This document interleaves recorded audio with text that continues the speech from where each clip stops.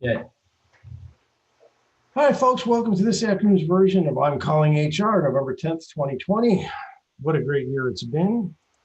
So we thank our sponsors, as always, Employernomics, the PEO Matchmaker, and Caraway HR, without whom this would not be possible. Today's special guest is a good friend of mine, someone that I've been not only met in person, but in Zoom maybe 500 times last week. So I feel like I know you very well, Brian, so I'm pleased to introduce Brian Fatigati with ARX Payment Services. There's his contact information, arxpay.com, and his email's on the card too, brian@arxpay.com, and his phone number. So Brian, thank you for joining us. You've given me 5 questions you wish people would ask you, which I really like. So we're going to go into these. Let me stop sharing. And let me bring in, and we'll go right into those questions. So I want to ask you, first of all, before I ask you what this question, I want to know, what is it that ARX Pay does? Tell us a little bit about the company. Gotcha, John. Well, first of all, thank you so much for inviting me. It's an honor and a pleasure to be with you. ARX Payments is a boutique merchant services company, been around for about 6 years now. We provide credit card processing, ACH, gift card, all non-cash payments products that merchants need to receive payments.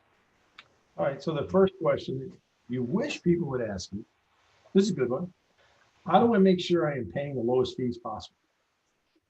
Right. So payment processing fees, one of those, things that people, it's kind of like your phone bill where people don't really understand what the heck they're paying. So a lot of people just throw their hands up in here. In fact, here's a bill right here. There's a million pages, a lot of numbers, fees. So it's really hard to figure out what you're paying. So people say, well, I'm paying 2.1 or 1.1. Well, when I train my merchants, I've got over 400 merchants.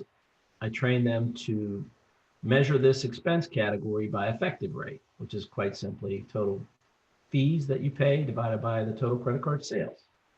So depending on what industry you're in and how you're accepting your payments, whether you're face-to-face, whether you're telephone or invoices with a click to pay, depending on how you're set up, there's industry standards for effective rates. And that's what I train people, try to boil it down. And there's the best pricing model to be on is what's called cost plus or interchange plus pricing. It's where the processor or the broker, which is me and the processor in this case, we disclose our margin or our profit and we pass everything through as cost. And so that is the best way to set yourself up to qualify for the lowest fees across the many credit card categories and card types. So if I'm hearing this right, they need to check with you to find out if they're making the lowest, they're paying the lowest fee possible. Well, first of all, you need to review your bills every year because fees creep up. This industry is unlicensed. It's the wild, wild west. So processors can do pretty much anything they want to you, which includes raising your fees, as long as they put a notice in the monthly statements that they are doing something, they can do it. And so I suggest that people educate themselves by getting someone they can trust to explain the fees, to go over them, and to show them how to monitor these fees going forward, so that they don't have that creep and don't get taken advantage of. So the bills get pretty big. They get creepy, yes. So you get stacks of bills. Is that why you got the ladder in the back so you can get to the top of the bill? Yeah, I have to get to the top of the pile of the many statements, but mine is full disclosure, and I offer unlimited, calls. Everybody calls my cell phone all day long, whether it's a fee question or equipment goes down. But most processors, the service that you get is provided by someone in another state on an 800 number. So it's nice to have a local person you can call. And I have a lot of good friendly competitors out there that I respect and take good care of their customers. But if you don't have one and you're doing a bunch of volume, which I consider a couple 100,000 a year and up in credit card sales, then you should find a person you can trust to manage this with you. So the next question, I'm going to ask a question before it, because it says, how can I make sure I am PCI compliant and keep my customers' card information safe? I want to know what PCI means. Sure, good question. Another confusing statement in our industry. So PCI is payment card industry. So about 4 or 5 years ago, the industry came out with a payment card industry safety program, if you will. So they mandated that all the processors, the First Datas, the Heartlands, the TSYS, they had to have a program for PCI compliance. So basically, as a merchant that accepts credit cards, you're liable for your customer's cardholder information. If that is compromised or breached, traceable back to your account, you're liable for substantial fines. You're liable to replace each card that has been compromised, and they can fine you on top of that. So There's lawyers' fees too. yeah, and so the processors came up with these programs. They're called self-assessment. Now here's where it gets a little tricky. Self-assessment basically means you go on and complete a questionnaire online. Okay, you're doing it. You're not, so it's you're self-assessing yourself. If you're a small merchant that doesn't have an interconnected network, meaning servers connected to several PCs, or you're doing pretty basic processing, that's pretty safe to answer those questions correctly and you pass. If you don't pass or you don't do it every year, you get charged non-compliance fees, which is a bit of a, rip-off, if you will. It's a way they make money, but also is there to remind you of taking care of this obligation. So if you're a larger merchant with an interconnected network, I recommend highly that you get an outside assessment through a company, an IT firm that specializes that. Our guy in our group can do that. Name slipped my mind already. Anyway, an outside firm to do that, because that'll affect your cyber liability insurance too. So if you don't do it correctly and you have a breach, the insurance, there's exclusions in the insurance, which you have to read those policies carefully.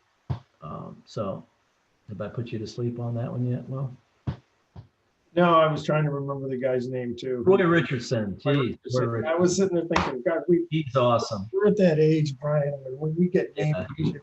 we both talk to him, sometimes a week. Oh my God, I got to get Roy's information here. But Roy is awesome. He's in our CEO group. He handles my cyber liability and does a lot of monitoring. And I highly recommend Roy. His company is called Aurora Tech. Aurora Tech. Yes. On his podcast a couple of weeks ago. I haven't seen it. Yeah. He is a guru. His monitoring systems are awesome, and he can also provide outside PCI compliance. So how do you dispute or charge? How does the dispute chargeback system work? Now, Okay. I am asking this. I want to tell you beforehand that I have been on both sides of this. So I know a little bit about this, at least a few years ago. I'd like to hear where it's gone now. Yeah, no, the credit card industry evolved over the years. It's really interesting and kind of strange. Basically, people got tired of passing checks around, so they developed this system. So it favors the cardholder, if you will. So as a merchant, you get stuck paying the fees, which you get get your money faster than passing checks around, right? But you get stuck paying the fees, and if there's a dispute, you have to prove through arbitration that you were right. So what's a dispute, and so the cardholder has the power in the dispute. So the cardholder can basically dispute for anything, stupid or good, and then it's up to the merchant to provide evidence through the system to get that money back. So what's that look like? So if you have a furniture store and I buy a piece of furniture for $1,000 from you, I get the furniture home and I say, oh, there's a huge scratch on it. I'm not happy. And then they can call you to try to resolve it, but they can go straight to a dispute. So if they go to a dispute, then the money comes right out of they call their bank and say, I dispute this transaction. The money comes out of your account as the merchant. And then you have to, you'll get a notice You won't even get the notice. You'll see the money gone. You'll be like, what's this? It's a dispute, Right. and you'll get a notice. You have to provide the two forms of evidence that you need to have is a signed invoice or a purchase order or an agreement says what you bought, what you paid for, and then also a credit card authorization form, which can be the receipt if it's a signed credit card receipt, or if not, there's a form that you should provide as a merchant and get that signed. So I want to go there. Way back, last century, I was running a charter company. I was the chief pilot of Aerolino Charter. And we had a client, actually this was in Able Aviation, it was my previous charter company. We had this client, you've heard of him, Lou Pearlman, Of course. comes in with a black American Express card. And we all know what that means. Right? That means this, you don't ask for those, you are given those. So he hands us the card, we swipe the card. You know, we've got the code on the back and everything, and we never got him to sign anything. We just swiped the card, and then it went in, it cleared. He ran up a couple $100,000 in charter bills on us, chartering our planes all over the state.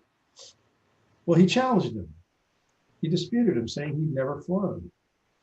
So we had to eventually go in there with log books from the airplanes, showing that the airplanes had flown. We had to get radar records from the towers to show the aircraft had landed there, all because we didn't get a signed slip. So Yeah. I'm surprised you won it because typically you have to go through. We settled. We didn't get it all. Did you get it through the cars associations, or you had to go take them to court? We took them to court. We got Yeah. So you couldn't win through the car association because you didn't have that receipt. You didn't have a signed receipt. Sorry. And, no, a lot of people don't realize that, and they're like, "What?" when it happens. And so I go over. That's part of what I do. I've been doing a long time, especially if you're not face to face. If you're a restaurant where you get a swipe and you provide a product and you get the card and you take it, your chances aren't that big. But if you're what they call mail order, telephone order, where you're on the phone. How do they do it, Brian? How does someone say you're doing takeout? You know, you put it on the website, they just come hand you the food and walk away. How do they guarantee that you're not going to challenge it? Well, if you're a restaurant, a retail establishment, basically you eat your food, then you pay your bill. So you've already eaten the food. They have your card. They swipe it. You sign it. They have a receipt. I'm talking about when you order, say, like. So like a moto is like if you call up and order a piece of furniture, right, from a store, and you're not actually in there, and this happens a lot. So they could give you a stolen card. So what you do as the merchant, you have to be a little savvy. You have to send them a form and email them, which they print out and they fill it out and sign it and send it back to you. But they don't do that. Well, they do once they get burned. You never had to sign anything from Amazon. You know, it's just that's different. Now the web transactions, there's click boxes. Okay, that if you've got a good website. See, that's what I'm talking about. We order Chinese food. You go to the website, pick out the stuff you want, right? Put in your card information, and then it shows up on the door, and they hand it to you. But sometimes they ask you to sign something. Sometimes they don't. Most of the time they don't. Though most of the time they just hand you the food and away you go. Yeah, you could say you never received it. You have a good chance of winning. That's true. So folks out there, vendors, you need to have Brian on your side to tell you to do this, especially with this next one. This is going to be good. I'm looking forward to because this is another one I had personal experience with. Should you consider a cash discount processing program? Yeah, this is a kind of the rage of the industry now, and I'm just starting to come around to it. To be honest with you, I haven't done one yet, but I'm getting ready to do my first. So it's very confusing, and it's in Orlando. You don't see it very much. So basically, there's a thing called surcharging, which Florida is 7 states where you cannot surcharge. Right. And we are one of them. So you're not supposed to add the fee on top of the transaction. That's called surcharging, especially if you put it in writing. But there's a thing called cash discounting now, which is kind of sweeping the country, if you will, where you say you have a cash price and a credit card price and you advertise this, you can pass the fee on to the customer, so the merchant does not pay. Well, no, let's say it legally. You're not really passing the fee on to the customer. What you're telling the customer is since you're saving the fee by not using the card, you're not charging them for an unused fee. Isn't that right? Well, no, you're basically saying if you're paying by credit card, you're paying, Basically, yes, but I'm talking about how they're getting away with it is because you're not charging the fee, you're discounting for cash. well, yeah, and you know, it's, the car association, you're liable via not only the card association, but if you don't do it properly, you could get cited from government entities. So it's a little tricky. And like I said, I haven't done it. Some businesses lend themselves more to that because like if you're a tourist business and you don't see your customers all the time, but the customers they know what they're buying from you and how much they're paying. If they don't want to pay any more, they may not come back. So, but like downtown bars are starting to do it. I have a large client down there, so we're gonna do it. I mean, from me, I just want to be compliant, but I make, the processor makes more money because it's a higher fee. It's a flat fee typically, 4% or 3.5%, whereas, normally we don't charge that much. Yeah. PayPal was expensive. Yeah. So, but from the business standpoint, you're getting rid of all your credit card fees. So my one client, they're paying 3,000 or 4,000 a month in fees that they could get rid of. It goes straight to their bottom line. So that's a new thing. If you're interested, I have that product. It's, there's a little bit of complexity, but I think it's going to get more popular in Central Florida. We were doing that in the charter business too. People would give us a card and we would say, oh, by the way, 5% off for cash or whatever it was, 3%. Kind of similar, it's kind of similar, but it's, the processors love it because they make a lot of money.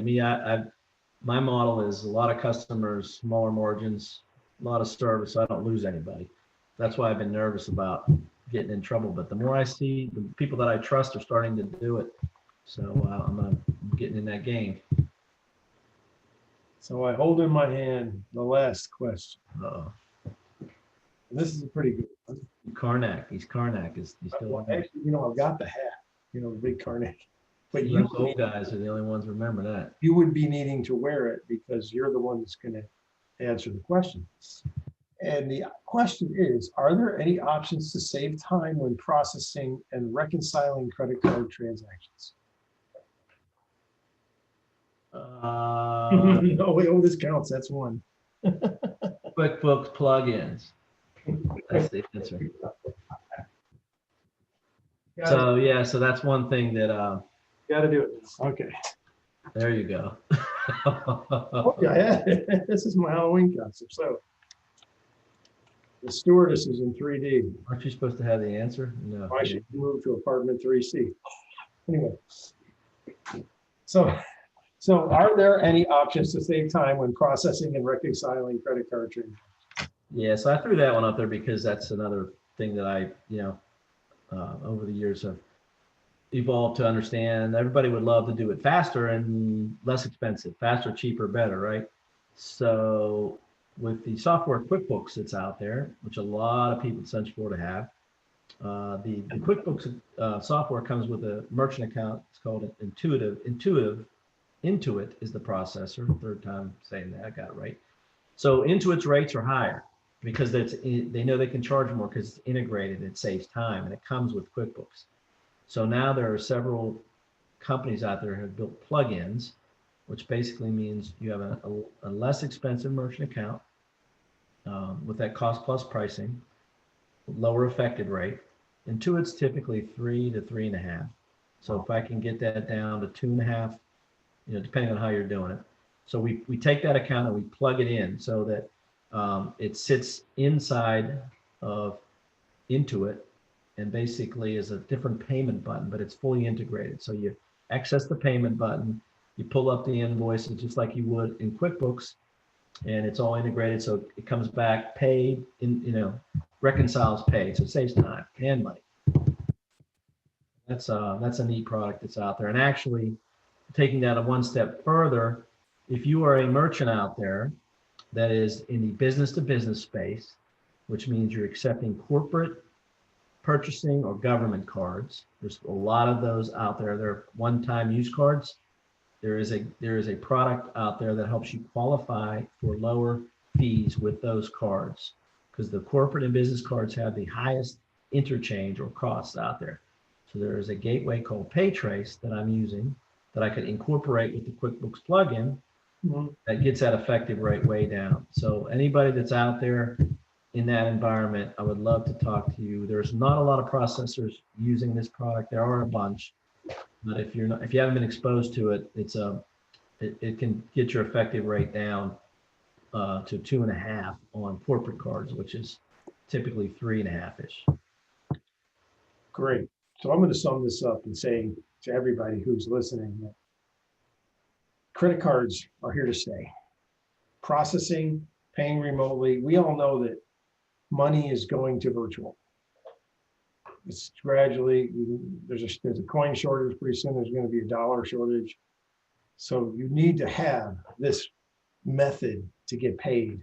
And if you don't have a specialist who's keeping an eye on things for you, well, then who is keeping an eye on things for you? Are you doing it yourself? Or would you rather have somebody who's a professional do it for you? So that's why I've recommended you to all my clients who use credit cards, Brian, and haven't heard a bad thing yet.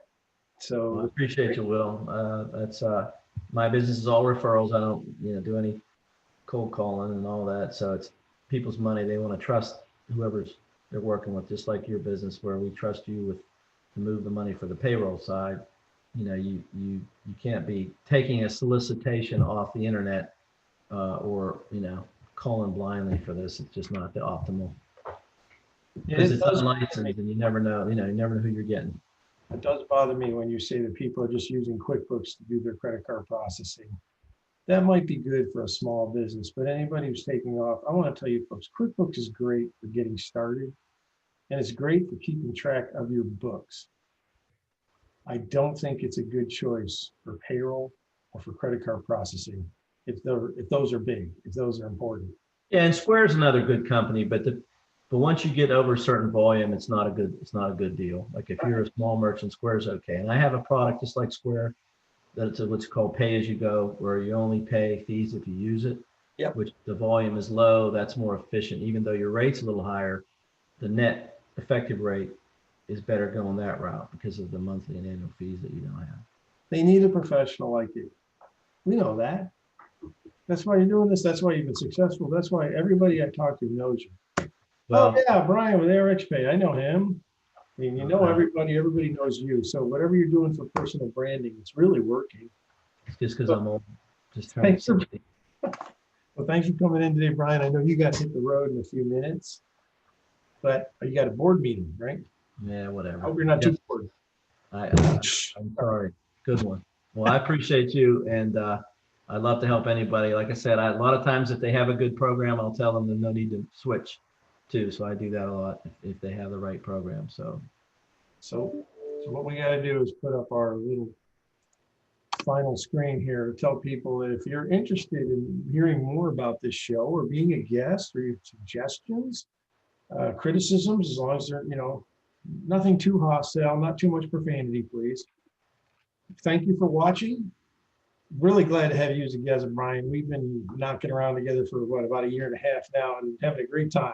I know it's absolutely, buddy. I appreciate you, and it's always fun. And hope I didn't bore your audience with this topic, but well, you were boring me, but that's okay. Yeah, I know.